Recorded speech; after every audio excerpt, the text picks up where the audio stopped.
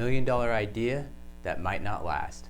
Okay, my name is Sean Flynn, the host of the Silicon Valley podcast. I interview entrepreneurs, venture capitalists, leaders in tech, and all day long I meet startups, I meet founders, and they talk to me about what they're working on, what they're planning on doing, and hopefully I can help them grow. So this isn't business advice, this is just a conversation that I thought other people at home might like and enjoy. So this is the scenario of what happened. This company that just started a few months ago approached me and said, Sean, we need to know how to pay our referral fees. I was like, what do you mean by referral fees? They're like, okay, this is the situation, and I'm gonna do round numbers just to make it simple for everyone. We just got our first deal. It's for $1 million. I was like, congratulations. Like, yeah, so we're gonna make about $150,000 on this deal. I'm like, good job.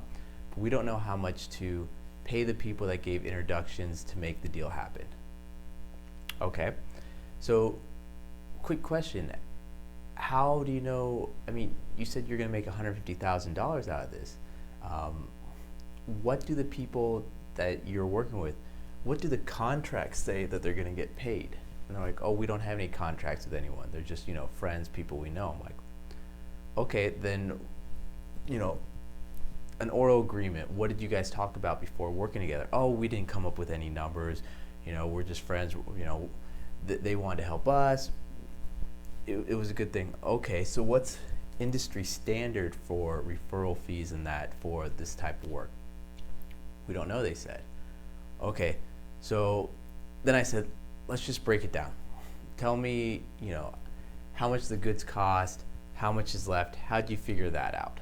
Because right now, I'm thinking warning signs. And the reason for that is we don't know if the industry standard is maybe 5% per person. We don't know if it's 10%. We don't know if it's 15. We don't know what it is. And this is what they talked about. They said, okay, well, the whole deal, and we'll make us round numbers, is $1 million. To get the product from the manufacturer to the buyer, to buy the good, everything is going to cost us $850,000. So we'll be left with $150,000 for our profit. I went, whoa. Okay, let's go back. Tell me about your operating expenses. Sales, marketing, all those. Oh, we didn't calculate any of that. Okay, so let's just pause right there. This is when I just started asking a lot of questions. And I said, okay, so you have $150,000 at the bottom here. That's profit. Let's say they wanted 5%. What would you give them? Oh, if they wanted 5%, well, that'd be $12,500. 5% of $150,000. I'm like, are you sure they're thinking bottom line profit, or are they thinking sales income? Because if you were to sell a house, the buying agent, maybe they get 3%, the selling agent gets 3%, 6% of the sales. In every place, it's the sales, the income, the top line. Because the bottom line, there's so many things that happen, things can change. So in most situations, maybe I'm incorrect. Write in the comments if I'm saying something that you disagree with. You talk about the sale price, the total income for commissions for referral fees. So maybe they're thinking in their head industry standard is 5%. So that 5% isn't 5% of the profit, that's 5% of sales. So that would be $50,000 on a $1 million deal. Now, let's think of all the people that have to get paid. The buyer had an agent, the manufacturer had an agent, there was another individual that connected this company to the buyer, so that could be a third agent. If each of those agents believe that they're going to get 5%, maybe that's industry standard, or maybe they believe it's 10%. Well, if it's 10%, now this company actually owes $150,000. They're not making any money, and they didn't even pay themselves, and they didn't pay the company anything. They didn't put any money in for sales and marketing later, or for rent, or for employees, or for insurance, any of the expenses that they would have. So let's just, for this situation, say it's best case scenario. We'll say 5% of the sales for the agent. So here's a map of the whole situation here. Yes, I know, my drawings are awesome. So you had the company, you had the first person that introduced them to the buyer's agent. All right, So if this person's looking for 5%, this person's looking for 5%, and this person's looking for 5% of this, it's a wash. Sorry, I can't pronounce some words, but it's a wash. So this company's not going to make anything from it. Maybe they're still okay with it because they want to get that first deal done. Maybe they want to have something they can go to future buyers, and so they seem more legitimate, more in the market. But what happens if this agent here, actually it's say 10%, this person's 5 and this person's 10, and this company actually doesn't have the money for this agent who's representing the manufacturer? I mean, the whole thing could fall apart instantly. And not only that, let's go back, because they didn't have any contracts, any agreements, anything, because they were all friends. Now, how is that going to affect the friendship moving forward? All of them involved.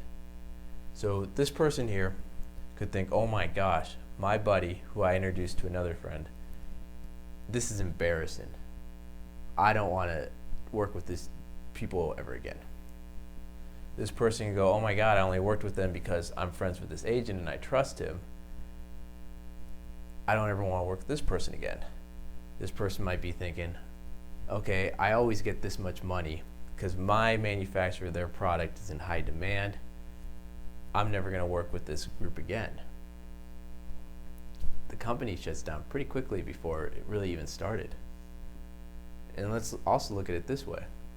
In the future, this person might also go tell everyone, don't ever work with that company or that person or that agent. I mean, things went sour really quickly because they didn't think through all the numbers in advance. How are they going to solve this? I'm not sure.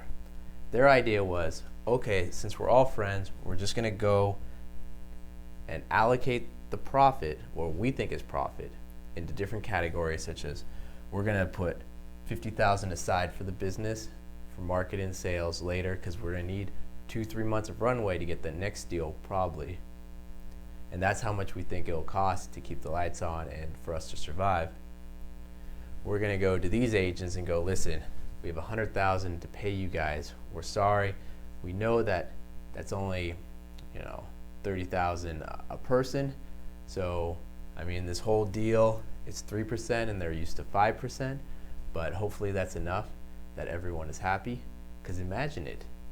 I mean, 10%, if they thought they're going to get 10% here and they get 10% here, in reality, they're just getting 1.5%. I mean, 10%. If they're only going to get 10% of the profit, now they're looking at 1.5% of the whole deal. And really, this company right here, I know it's the first deal, but they should really think out all these numbers first, because if it comes down to it, they may have only got this deal because all the players that are in this space decided way in advance this was not good business. All right, so if you want more information on actual events, actual stories here in Silicon Valley with companies, with startups, early stage companies, check out my podcast, the Silicon Valley Podcast. I'm the host of it, Sean Flynn, and I'm going to start doing more of these videos where I take scenario situations that we talk about on the show or after the show, or people ask questions, to hopefully answer these questions for everyone at home, and that more and more people can learn. Remember, not financial advice, not business advice, but all right, now go and subscribe to the podcast and hit the subscribe down low and the like and all that other good jazz that everyone else always says for YouTube videos. All right, see you soon.